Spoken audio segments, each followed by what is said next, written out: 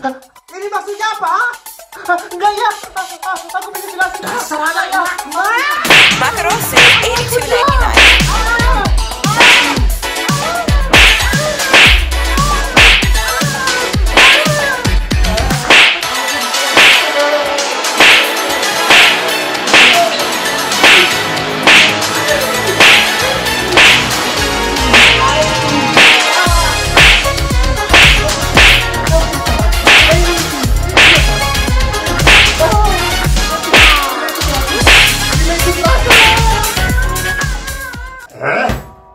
Anak saya itu ya, emang tolil.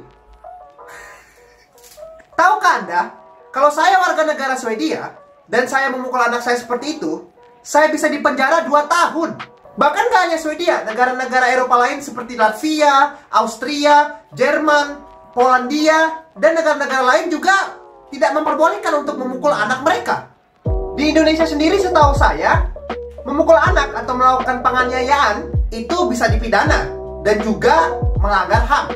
Namun dalam penerapannya, banyak orang tua Indonesia atau orang tua Asia pada umumnya telah menganggap bahwa memukul anak atau melakukan hukuman secara fisik itu hal yang normal. Apalagi pada saat mereka kecil, itu adalah hal yang biasa diterima oleh mereka. Tentu saja penganiayaan dan pendisiplinan itu sangat beda. Loh, ini kan anak saya, suka-suka saya dong. Ini kan cara saya mendisiplinkan dia. Orang dia nakal kok, ya saya pukul. Kalau dia gak nakal baru saya pukul, itu namanya penganiayaan. Ini kan saya pendisiplinan. Dan saya sendiri menanggapi orang tua yang berkata seperti itu, ada benarnya juga sih.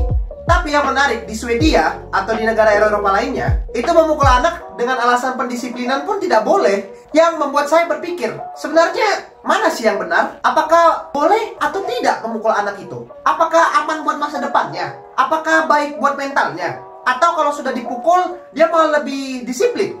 Dari studi ilmiah sendiri, banyak yang mengatakan bahwa memukul anak itu mayoritasnya jelek. Karena ketika kita memukul anak, sistem di otak anak yang berfungsi untuk belajar, itu katanya bisa berkurang resepsinya.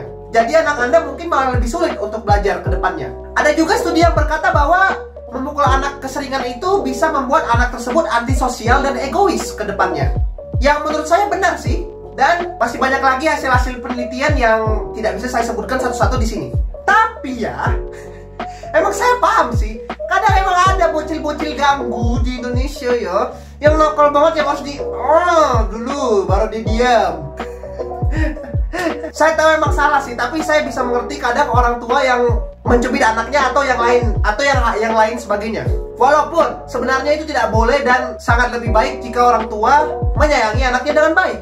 Malah sebenarnya ya, menurut saya memukul anak itu tidak efektif. Saya ingat dulu waktu kecil, saya kan waktu itu masih SMP. Lalu saya dan 2 teman saya itu bolos dan main point blank di warnet.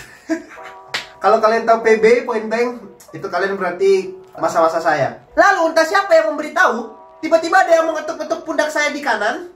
Lalu pas saat saya melihat,